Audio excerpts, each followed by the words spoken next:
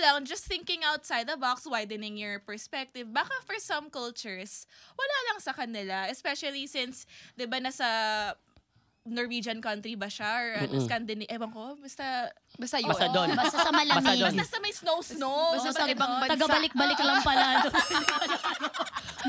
For them, wala lang yun. Like, for them, it's just a tattoo. Ewan natin, baka it's a cultural thing. Pero for us, dapat contextualize siya sa culture ng Pilipinas na, wait lang, hindi yan papasa sa kulturang Pinoy na we value marriage, we value yung relationship na ganyan.